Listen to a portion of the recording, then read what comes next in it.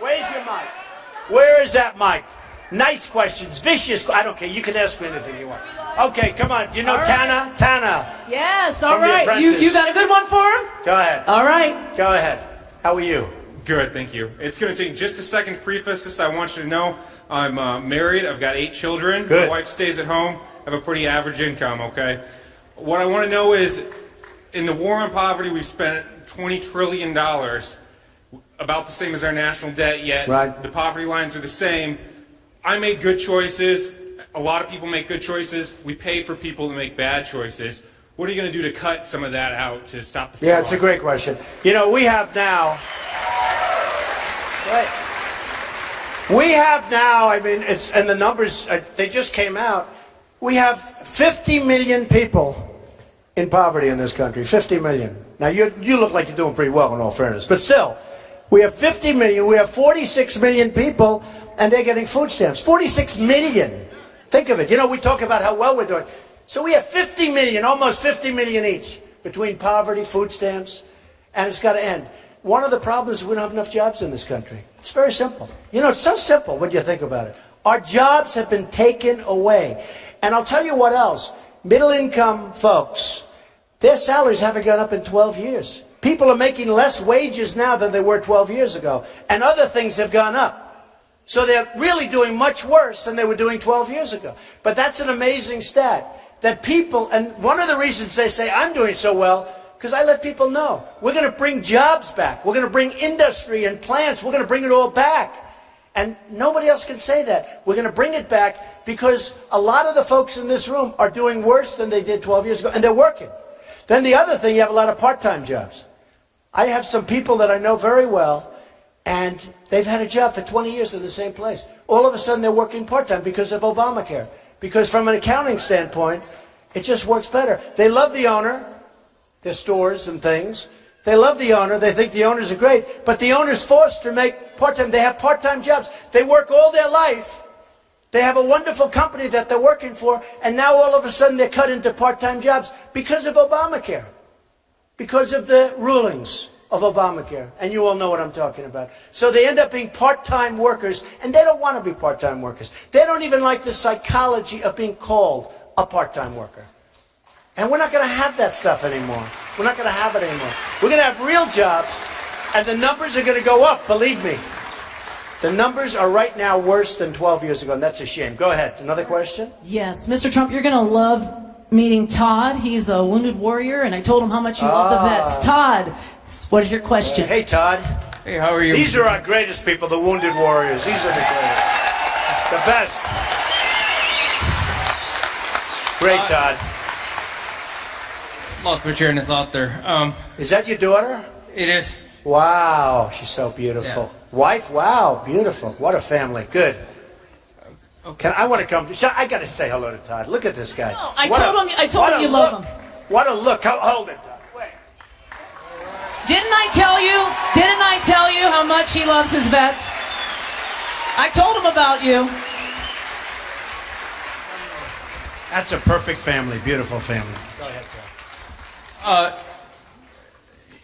I just wanted to ask, one of the real struggles after 21 years of active Army service, especially with 101st Airborne that deployed constantly, what else with the current administration, warrior care is lacking, to say the least, and especially after, post-service.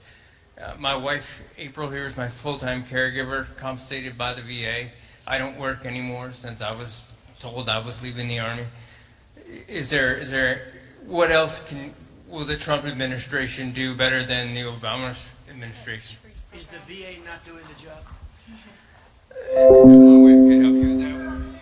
Right now, he needs some more treatment, and I'm being told from the VA that you have to go through this new choice program, but we can't get the appointment. Like, he's not all the time in the wheelchair, but... Will you write out your card? Oh, yeah. You're going to write out your card, and I am going to put pressure on the VA like you won't believe. Let's see if we can get that, right? Look how beautiful. Look how beautiful. Okay, so we're going to have, hey, I tell you what, as president, I can guarantee it. as Trump, I can say I'll probably be able to pull it off anyway. Because they know it won't stop. It'll be easier to take Todd and just say, look, we're going to work with you, Todd, okay? So will you get me that number and everything, and we'll make sure that everything gets... And somebody else, who else over here? You had problems with the VA also, huh? Terrible? I just hear terrible. And we're going to solve that problem. You know, it can be solved because the waits now for the VA are longer than they've ever been. Oh, it's nice to see you people back there. Well, it's about time. What am I doing there? Why didn't you give me this? But the waits now are worse than they've ever been. Thousands of people dying waiting for a doctor. Okay, dying. And you find the same thing. You say, you have to use your own because they won't do anything. So we're going to take care of our vets, and we're going to take care of the VA, and it's going to be, and one of the things we're going to be releasing pretty soon, but one of the things we're going to do with the VA, we have a lot of hospitals that aren't doing any business.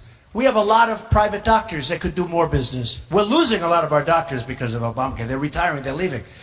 One of them, a friend of mine, said, I have more nurses working for me now than ever before, but I have more accountants. And the end result is a disaster. He's getting out of the business.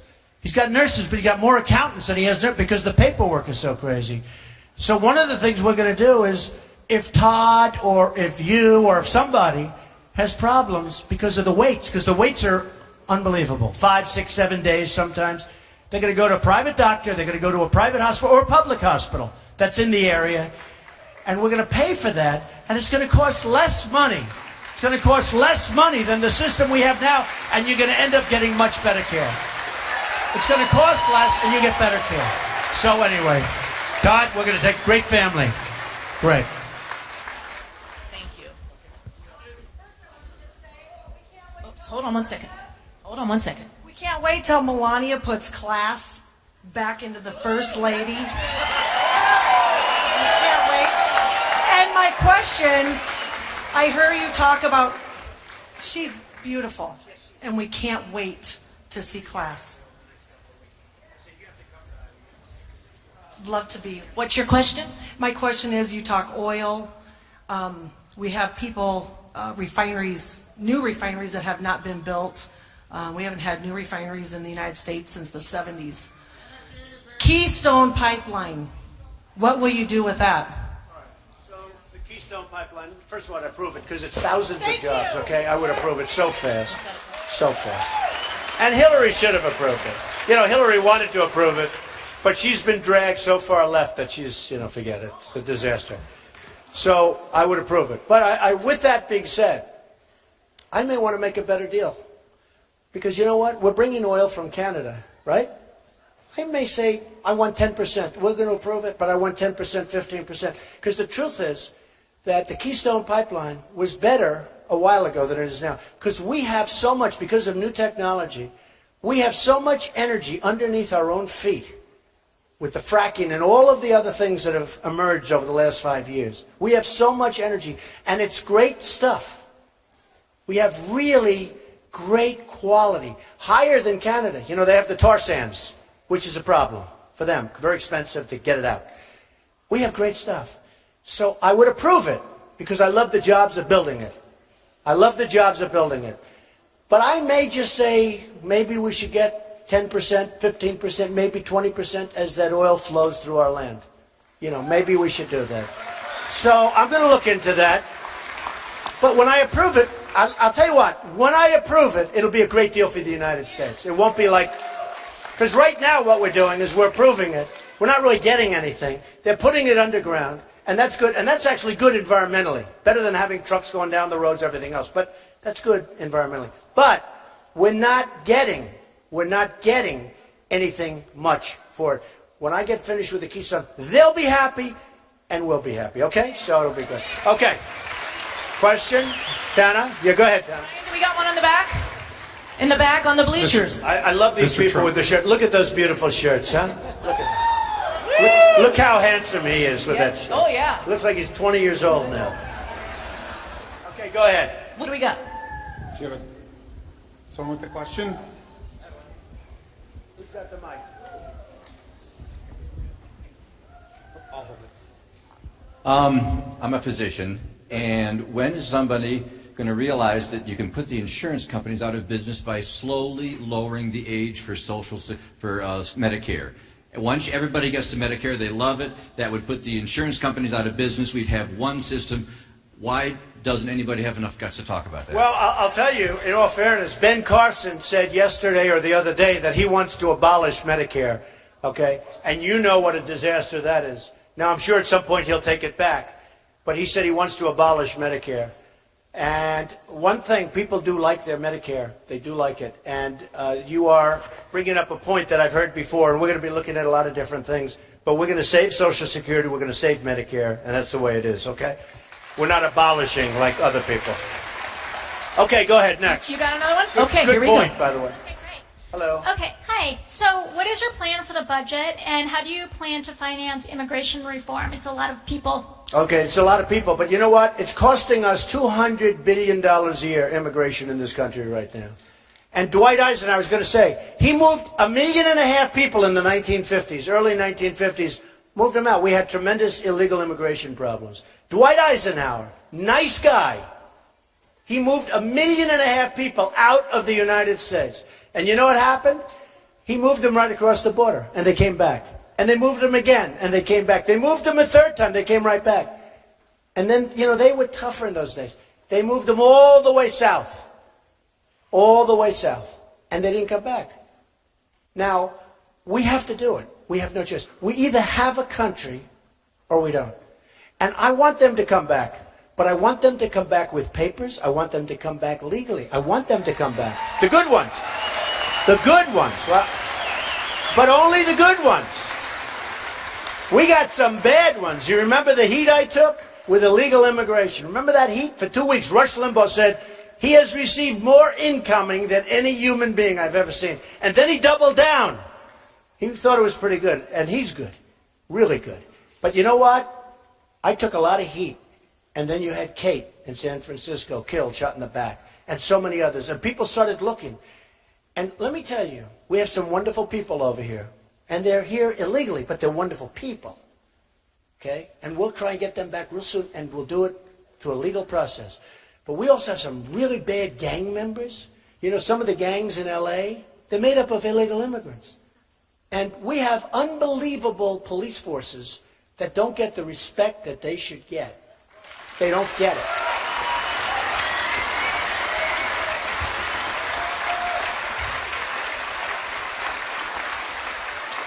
I mean, what they go through, it's unbelievable. They're afraid to talk to anybody. They don't want to lose their job. They don't want to lose their pension.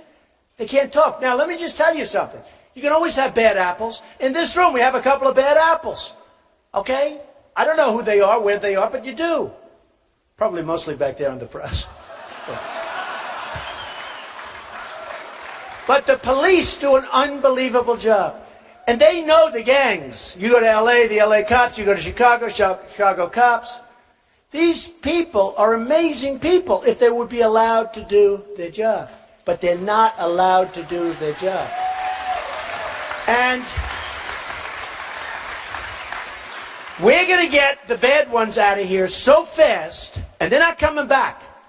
And I don't want to put them in our jails, because I don't want to subsidize these various countries where they come for the next 45 years. I don't want them in our jails. We have hundreds of thousands right now in our jails. I don't want them in our jails. I heard a couple of these candidates saying, well, they're this, oh, they don't know. Oh, they're such babies. But you know what? They're talking about putting them in jail. Well, I don't want it. Our jails are over brimming. I want to use our jails for people that are supposed to be there. Okay? And I don't want to put these really bad dudes, I mean, they are bad. I don't want to have to pay for them for the next 45 years, okay? And we're going to deal very humanely with the good people, and they're mostly good people. But we got some real bad ones, and they're out of here. Your head will spin. Probably, somebody said the other day, what's the first thing you're going to do? Well, we're going to work immediately on repealing Obamacare. I'm going to, you know, the one good thing about executive orders, the one good thing, you know, Obama signed an executive order where everybody just come in. We have great Border Patrol people. I got to know them a couple of months ago when I went down to Texas, to the border. They're great people. They're not allowed to do their job. They stand there and watch people walk right in front of them smiling at them. They want to do their job. They're not allowed to.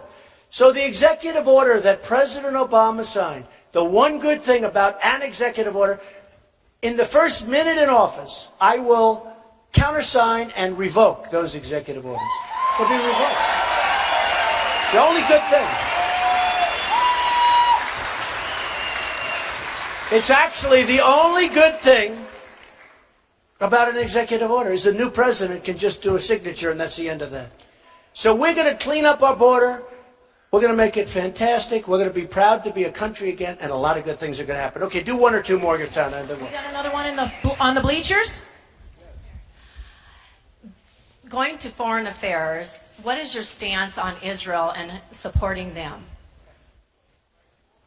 We will support Israel 1,000%.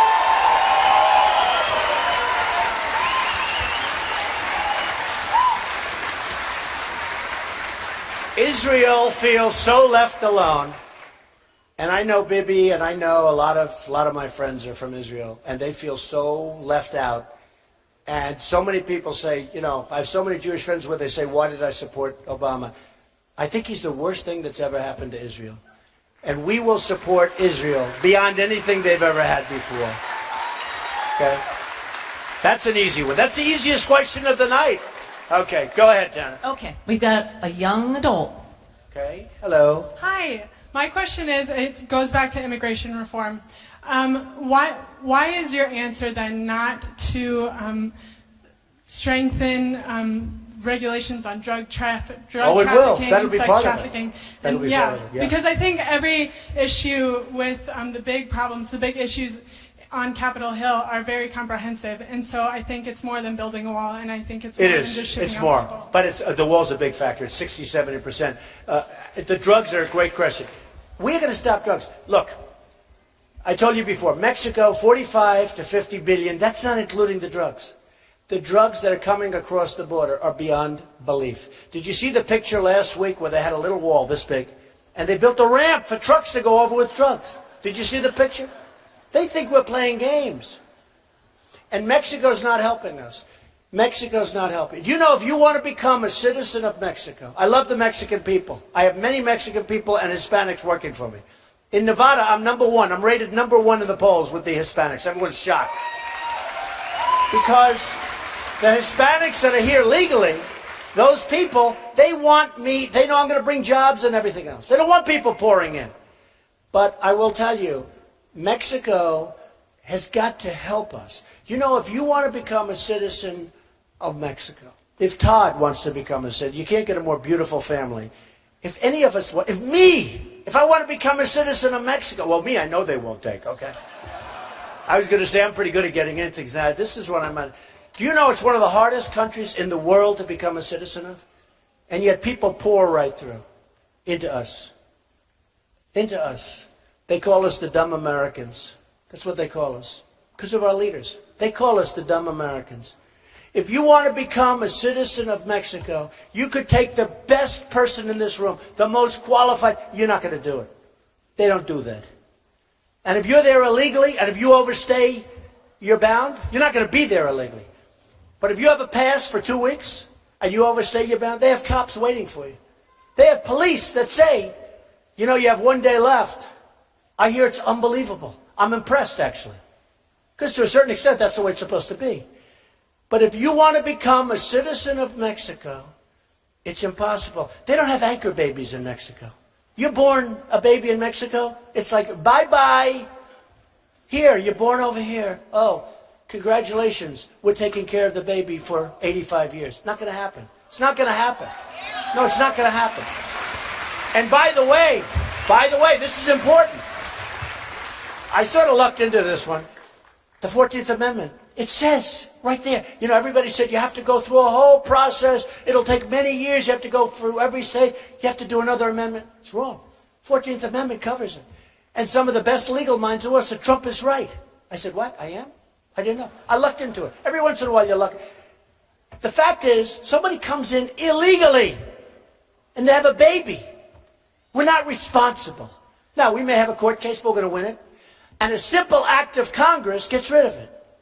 And a lot of people didn't know that. Okay? And the reason I said it can't be possible, because nobody could be forced.